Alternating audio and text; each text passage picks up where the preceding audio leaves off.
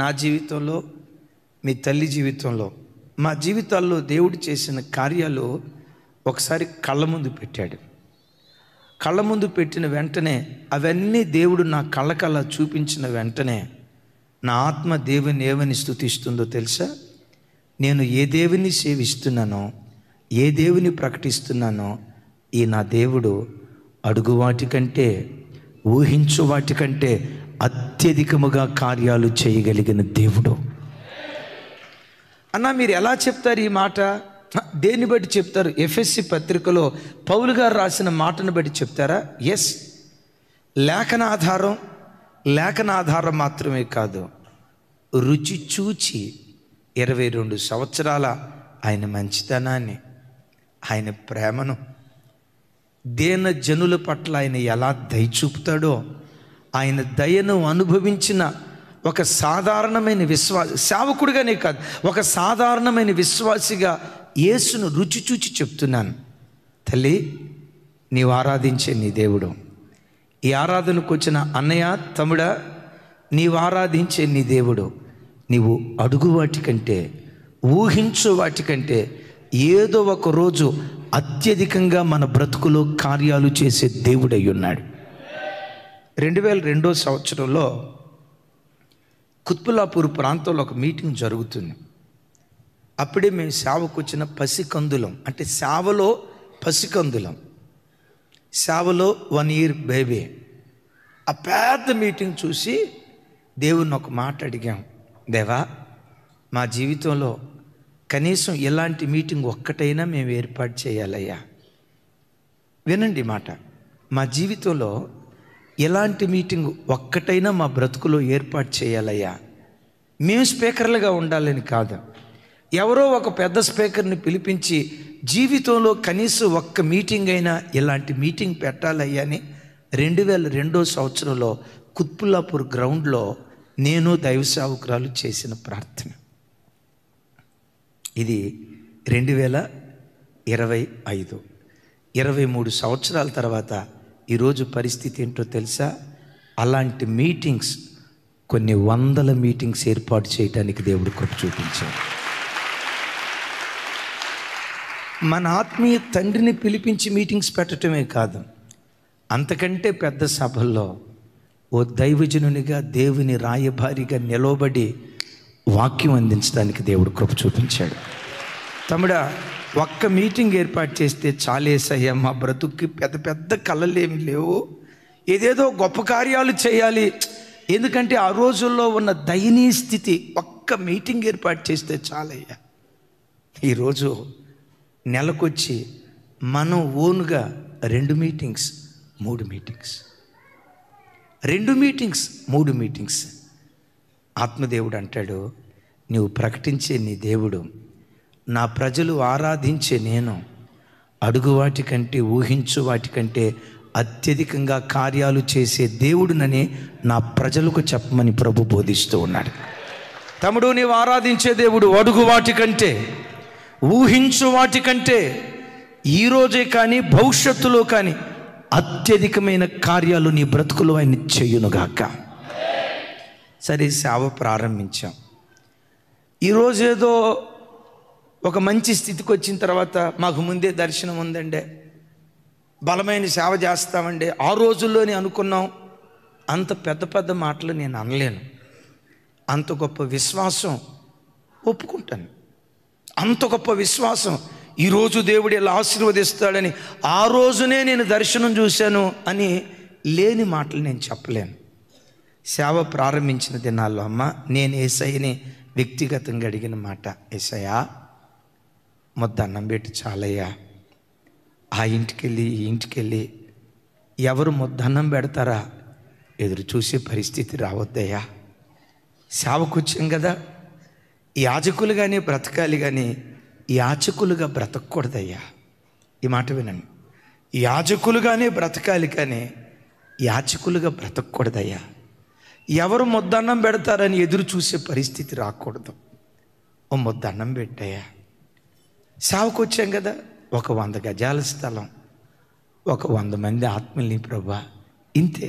ఇంతకు మించి ఏం పెద్ద పెద్ద పెద్ద కళలేమి లేవయ్యా. ఇది ప్రభుని అడిగింది. మొత్తం అన్నం పెడితే చాలయ్యా అని ప్రభుతో అంటే, ప్రభు ఈరోజు ఇమ్మాన్యుయల్ మినిస్ట్రీస్ ద్వారా లక్షల కొలది ప్రజలకు ఆత్మీయ ఆహారాన్ని పంచిపెట్టే పరిచర్యగా, ఎంతోమంది పేద విధవరాండ్రకు సహాయం చేసే పరిచర్యగా, ఎంతోమంది తండ్రి లేని బిడ్డలకు సహాయం చేసే పరిచర్యగా ఈరోజు కళ్ళ ముందు నిలవబెట్టాడు. మొద్దనం పెడితే చాలు ప్రభు అన్నాం. ఒక విచిత్రం చెప్పంటారా, మన చర్చికి మన వెహికల్స్కి నెలకొచ్చేసరికి డీజిల్ పెట్రోల్ ఖర్చు ఎంత అయిద్దో జస్ట్ ఒక రాయి వేయండి, ఏదో ఒక మాట అనండి, ఎంత ఖర్చు అవుతుంది? 10,000 అంటారా, 20,000 అంటారా, 1,00,000? బా, నువ్వు ప్రవక్తవరా తమ్ముడా? అయితే ఇంకా పెరగాల అక్క. నెలకొచ్చి 1,75,000 రూపాయలు డీజిల్ ఖర్చు అవుతుంది. ఒళ్ళు చలతరిస్తుంది. ఇక డీజిల్కి ఎంత ఖర్చు అవుతుందంటే, ఆ అన్న చూడు గొండి పట్టుకున్నాడు. నీ దేవుడు 100 గజాల స్థలం చాలు ప్రభా, 100 మంది ఆత్మలు చాలు, 100 మంది ఆత్మలు చాలు, చాలు అనలేదు కానీ 100 మంది ఆత్మల్ని అయ్యా. ఈరోజు మనం ఎక్కడ అడుగు పెట్టినా చాలామంది అంటారు, ఆ కాలంలో ఒక గొప్ప సేవకుడు ఉండేవాళ్ళు, ఆ సేవకుడు ఎక్కడ అడుగు పెట్టిన ప్రజలు ప్రవాహంలాగా వచ్చినట్లుగా ఇమ్మాన్యుయల్ మినిస్ట్రీస్ ద్వారా ఎక్కడ మీటింగ్ పెట్టినా ప్రవాహంలాగా ప్రజలు వస్తున్నారయ్యా. ఏమో ఈ తెలంగాణ గట్ట కొంతమంది అనే మాట, అలాంటి ఆశీర్వాదకరమైన పరిచర్యగా దేవుడు లేవనెత్తబోతున్నాడు. అయితే ఇది ముందు కళ్ళతో చూసింది కాదండి. నేనేం ప్రగల్భాలు పలకను, నేను గొప్ప విశ్వాస వీరుణ్ణి, నాకు ముందే తెలుసు, నేను దర్శనంలో నేను పొరపాటుని మాట అనలేను. నేను నంబర్ 1 పిరికోడిని. మీకు చూడటానికి అన్నా తమ్ముడా సమాన్ అబ్బా అన్నా అని మీరు అనుకోవచ్చు. నేను నంబర్ 1 పిరికోడిని. అంత పెద్ద గొప్ప విశ్వాసం కూడా నాకేమి లేదు. నన్ను కూర్చి నేను బడాయి మాటలు చెప్పుకోను. నేను ధైర్యవంతుడినో కాదో దైవ సౌకర్యాలకు బాగా తెలుసు.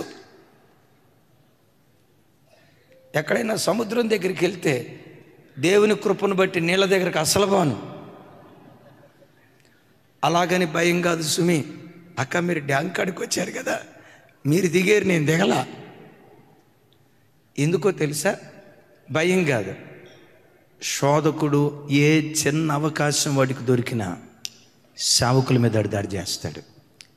మేము ఒక కుటుంబానికి అవసరమైన వాళ్ళం కాదు, ఒక కుటుంబానికి పరిమితమైన వాళ్ళం కాదు, లక్షల కొలది ప్రజల కుటుంబాలకు చెందిన వ్యక్తులం.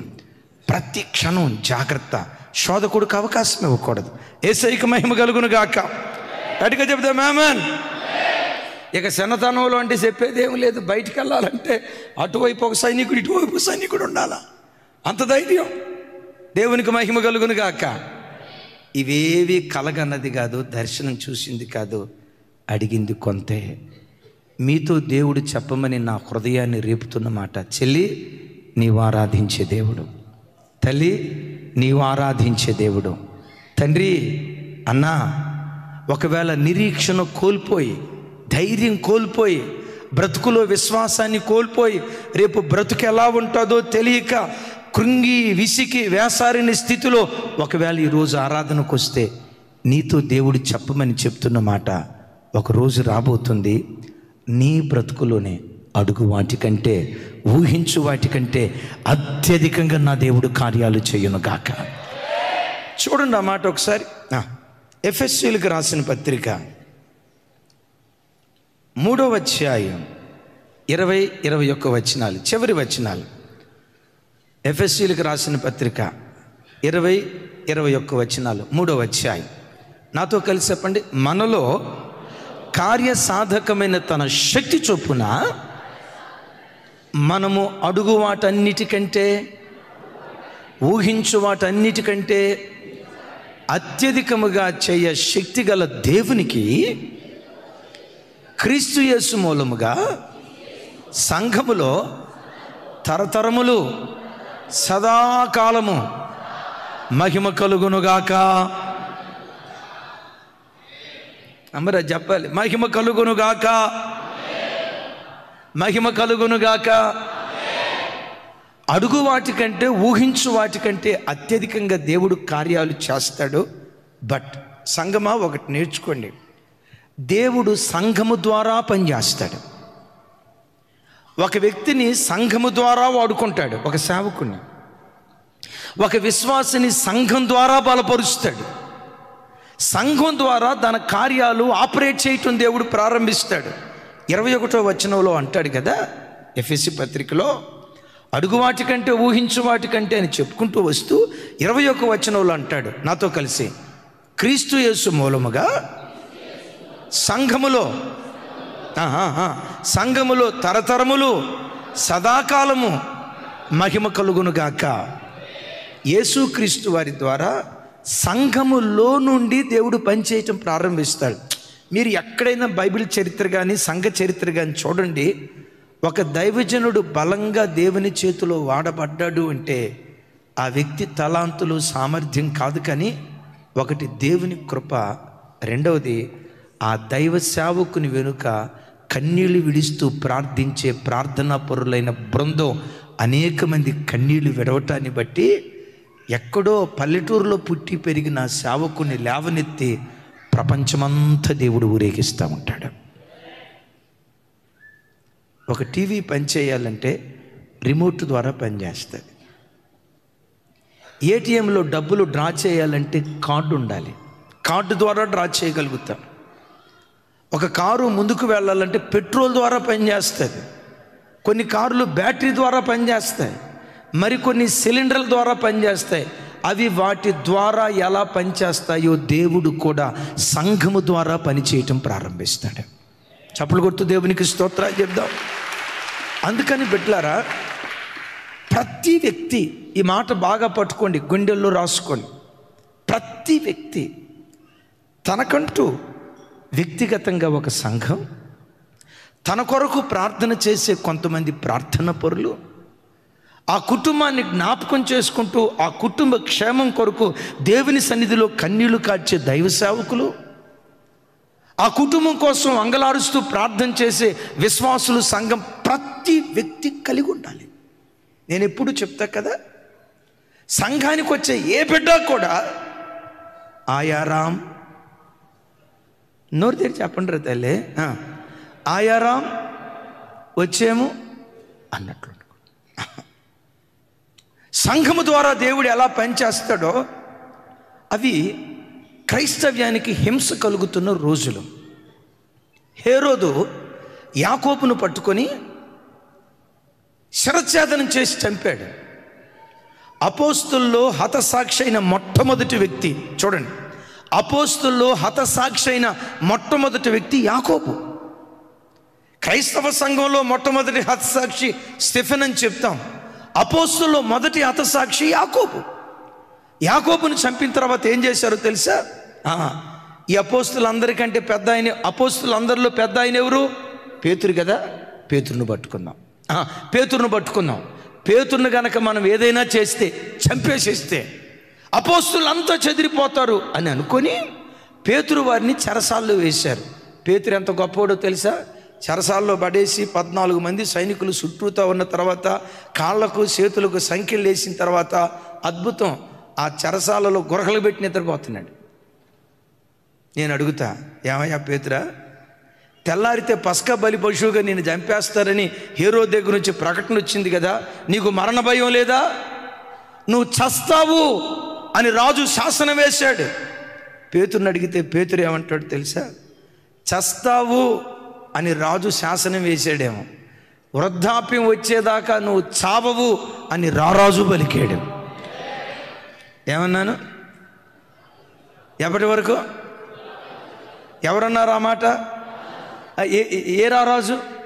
యేసుక్రీస్తు వారు పేతురైతో అన్నాడు, నువ్వు ముదసలి వాడువైన తర్వాత వేరొకడు వచ్చి నీ నడుము కట్టి నీకు ఇష్టంగా నీ స్థలాలకు తీసుకొని వెళ్తాడు అనే మాట రాసింది కదా. అంటే ప్రభు చెప్పకనే చెప్తున్నాడు, పేతురు ముసలివాడివైన తర్వాత చనిపోతావు. ఇప్పుడు చెరసాల్లో ఉన్న పేతురున్నాడే నడి వయస్కుడు, నా వైపు చూడాలా? ఏ వయసు? నడి వయసులో ఉన్న పేతురు దగ్గరకు వచ్చి అంటున్నారు, నువ్వు చస్తావు అని రాజు అన్నాడు, నువ్వు సావవు అని రారాజు అన్నాడు. రాజు మాట గెలిచిద్దా, రారాజు మాట గెలిచిద్దా? పేతురుకి అక్కడ దేవుని వాగ్దానాన్ని తలదిండుగా పెట్టుకొని దేవుని వాగ్దానపు తలదిండు మీద ఆనుకున్నాడు. బిడ్డ, నా వైపు చూడు. నీ బ్రతుకులో కూడా చెరసాలు వస్తాయి, సంఖ్యలు వస్తాయి, బంధకాలు వస్తాయి. సెకండ్ సెషన్లో చెప్పాను, క్రీస్తు యేసునందు సద్భక్తితో బ్రతుకును ఉద్దేశించువారు శ్రమల పాలవుతారు. క్రైస్తవ్య ముళ్ళబాట, పూలబాట కాదు సుమి. క్రైస్తవుని బ్రతుకులో శ్రమలు వస్తాయి. అయితే నీకు ఎదురయ్యే ఏ శ్రమ నిన్ను నాశనం చేయటానికి వచ్చింది కాదు. ప్రతి శ్రమ మహిమ కొరకే దేవుడు అనుమతించాడు. వ్యాధి అయినా మహిమ కొరకే, పేదరికమైన మహిమ కొరకే, అనారోగ్యమైన మహిమ కొరకే, ఆర్థిక ఇబ్బంది అయినా మహిమ కొరకే, ఉన్నవైనా ఖాళీ పూర్తి చేయండి అంటాడు కదా పౌలు గారు. ఉన్నవైనా రాబోవునవైనా ప్రతి శ్రమ మహిమ కొరకే దేవుడు అనుమతించాడు, కానీ నాశనం కొరకు దేవుడు అనుమతించడు. గట్టిగా చెప్దాం ఆమేన్. అయితే ఇలాంటి శ్రమల మధ్యలో నీవేం చేయాలో తెలుసా? దేవుని వాగ్దానాన్ని తలదిండుగా పెట్టుకొని, నా ప్రభు ఎలా వాగ్దానం చేశాడు. పేదరికమా? వాక్యం అంటుంది మనలను ఐశ్వర్యవంతులుగా చేయటానికే దేవుడు దరిద్రుడిగా మారాడు. ఆ సిలువలో నుంచి కృప బయలుదేరి దరిద్రుని లేవనెత్తి ఏ రోజుకైనా తలమానికగా నిలవబెడుతుంది. నువ్వు పైవాడిగానే ఉంటావు. ఎవరన్నారు ఈ మాట? మోషే గారా? ఎవరన్నారు ఈ మాట? నువ్వు పైవాడిగానే ఉంటావు, క్రిందవాడిగా ఉండవు. నువ్వు తలగానే ఉంటావు. కొన్నిసార్లు అంటుంది రోగం, నువ్వు చస్తావు, అనారోగ్యం. తలదిండి పెట్టుకోండి. ఏమైనా తెలుసా? ఆయన పొందిన గాయముల చేత నాకు స్వస్థత కలుగుతుంది. ఆయన పొందిన గాయాల చేత, ఆయన పొందిన గాయాలలో నుంచి తప్పకుండా నాకు స్వస్థత వస్తుంది. తప్పకుండా ఇలా దేవుని వాక్యపు వాగ్దానాన్ని తల కింద పెట్టుకొని ఆ వాగ్దానం మీద ఆధారపడి నెమ్మదిగా బ్రతుకుతుంగాక. చెబుదాం ఆమేన్. కొన్ని సందర్భాల్లో అప్పుల పాలైపోతుంది బ్రతుకు. పిల్లలను చదివించడానికో పరిస్థితి ఏదైనా అప్పులైపోయినాయి అని ఆలోచించి చెప్పండి, ఆలోచించి ఆరోగ్యాన్ని పాడు చేసుకోదు. చింతించి ఏం చేయగలుగుతావు? ఓ పెద్ద ఆయన అంటాడు చితి మంటల కంటే చింత భయంకరమైంది. ఎందుకో తెలుసా? చితి మంటలు చచ్చిన మనిషిని కాలుస్తాయి, చింత బ్రతికున్న మనిషిని కాల్చుకు తింటుంది. ప్రతిదానికి నువ్వు టెన్షన్ పడి, అయిన దానికి కాని దానికి అది ఎట్లా ఇది ఎట్లా అని 24 గంటలు నువ్వు ఆలోచన చింతిస్తూ ఉంటే ఆ చింత నీ శరీరాన్ని తినేస్తుంది, జాగ్రత్త. నీ ఆరోగ్యాన్ని దొంగిలిస్తుంది, జాగ్రత్త. దేవుడు కనికరించి 70 సంవత్సరాలు బ్రతికయ్యా, 80 సంవత్సరాలు బ్రతికయ్యా అని ఇంత ఆయుష్కాలం ఇస్తే నీ గుండెల్లో లేనిపోని చింత నీ ఆరోగ్యాన్ని హరించి వేస్తుంది, జాగ్రత్త. చితి మంటల కంటే చింత చాలా ప్రమాదకరమైంది. దేవుని వాగ్దానాన్ని పట్టుకున్నాడు. దేవుని వాగ్దానం మాత్రమే కాదు, అపోస్తుడైన పేతురు వారి ధైర్యం ఏంటో తెలుసా? తన కొరకు ప్రార్థన చేసే సంఘం ఒకటి ఉంది. చెప్తాం గట్టిగా ఆమేన్. హేరోదు ఏమనుకున్నాడు? యాకోబుని చంపినట్లుగానే పేతురుని చంపేది, యాకోబుని చంపినట్లుగానే పేతురు గారిని కూడా చంపుదాం అనుకున్నాడు. చంపలేకపోయాడు. ఎందుకో తెలుసా? సంఘమైతే పేతురు కొరకు అత్యాసక్తితో ప్రార్థన చేయుచుండెను. ఒకసారి ఈ మాట చెప్పండి, సంఘమైతే. పెద్దగా, సంఘమైతే. మరోసారి, సంఘమైతే పేతురు కొరకు అత్యాసక్తితో ప్రార్థన చేయుచుండెను. పాత నిబంధన పరిశుద్ధుల మీద కొమ్మరించబడిన ప్రార్థనాత్మ, ఆసక్తి కలిగిన ప్రార్థనాత్మ. ఏలియా మన వంటి స్వభావం కలిగిన వాడే ఆసక్తితో ప్రార్థన చేయగా ఆకాశపు వాకిలి విప్పి వర్షాన్ని కురిపించాడు. పాత నిబంధన సంఘం మీద కొమ్మరించబడింది ఆసక్తితో కూడుకున్న ప్రార్థనాత్మ అయితే, క్రొత్త నిబంధన సంఘం మీద అత్యాసక్తితో కూడుకున్న ప్రార్థనాత్మ దేవుడు కొమ్మరించాడు. ఇంతకీ సమస్య ఎవరిది చెప్పాలి? చెరసాల్లో పడింది ఎవరు? బంధకాలతో బంధించబడింది ఎవరు? చెరసాల పాలైంది ఎవరు? చెరసాల పాలైంది పేతురైతే బాధ ఏమో పేతురుది. ఆ బాధను అనుభవిస్తూ రాత్రంతా ప్రార్థన చేస్తుంది. బిడ్డలారా, సంఘం ఎలా ఉండాలి? అమ్మ నా వైపు చూడండి తల్లి, సంఘం ఎలా ఉండాలి?